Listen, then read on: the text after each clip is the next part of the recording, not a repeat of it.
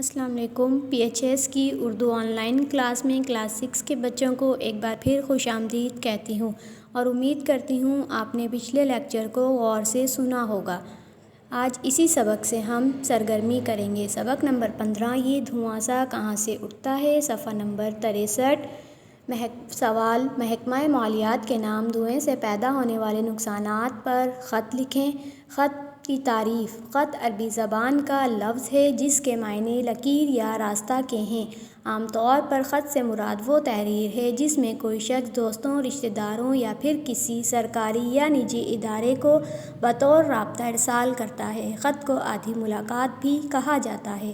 خط کے اجزاء: لکھنے والے کا مختصر نام اور پتہ، نمبر 2 القاب، نمبر 3 آداب، نمبر 4 نفس مضمون، نمبر 5 اختتام، نمبر 6 نام اور پتہ مکتوب اہلیہ۔ اس طریقہ کار کو استعمال میں لاتے ہوئے محکمہ مالیات کے نام خط تحریر کریں۔ شکریہ۔